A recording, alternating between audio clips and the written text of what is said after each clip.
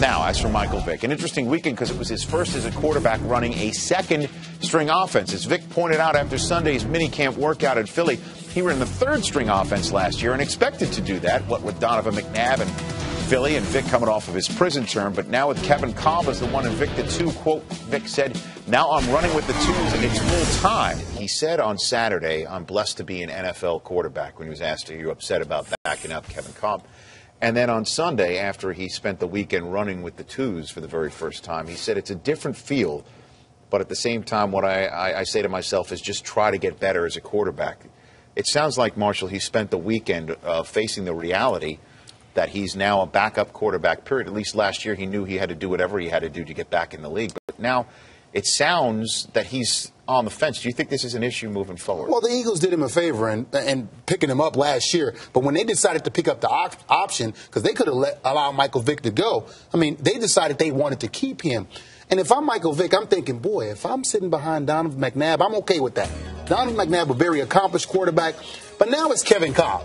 And I watched Kevin Cobb this weekend in practice, and maybe things didn't look like a guy that's better than me. I've been to Pro Bowls. I've won playoff games. I mean, I've been mentioned in the MVP of this league before. And I feel like now I can make plays. I'm just not comfortable with sitting behind number 4 like I was sitting behind number 5. But the guy who loves him the most, the guy who resurrected his career is Andy Reid. And Andy Reid has faith in Kevin Cobb. So Michael Vick should take a stand and say, look, Andy Reid can make me a better player. Andy Reid's going to make me the starting quarterback, maybe not here in Philadelphia, but somewhere in the National Football League. And I think he owes the time that Andy Reid's put into him to be patient. He's going to get 12 to 15 plays a game anyway within the offense. So 12 to 15? That's what they've said all along. That's what they've said all along. So they will remove Kevin Cobb for that number of snaps? There's a notion that once you become a gadget guy in this league, you're going to always be a gadget guy. I don't know if Michael Vick has the success. If he does in Philly, coming in playing 12 to 15 plays, will another team look at him and say, boy,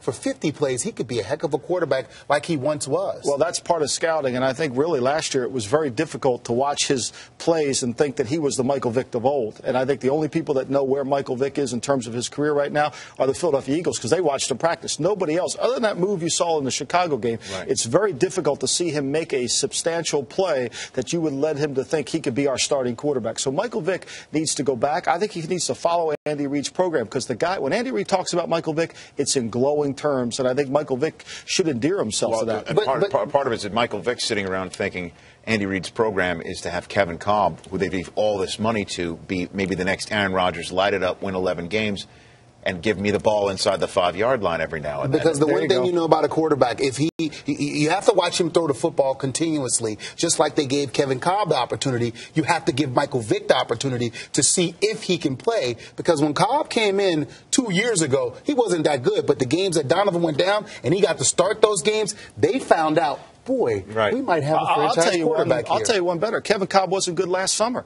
Kevin Cobb struggled last summer, and I really was concerned that they didn't have a backup quarterback. And I thought that after that preseason, there was in danger. But then he comes in, he plays well against Kansas City, and then in New Orleans he plays well. But he makes some critical mistakes in the red zone. Darren Sharper, we talked about him earlier. We just saw the B-roll of that, actually. So that's why I think you're going to see Michael Vick, exactly what you said, a red zone player. And any plays on tape for Michael Vick will help Michael Vick's career. Well, he's in silver lining mode right now, saying that running behind the twos because he's not used to that sort of lack of protection. It's making him a little bit more in shape, running around.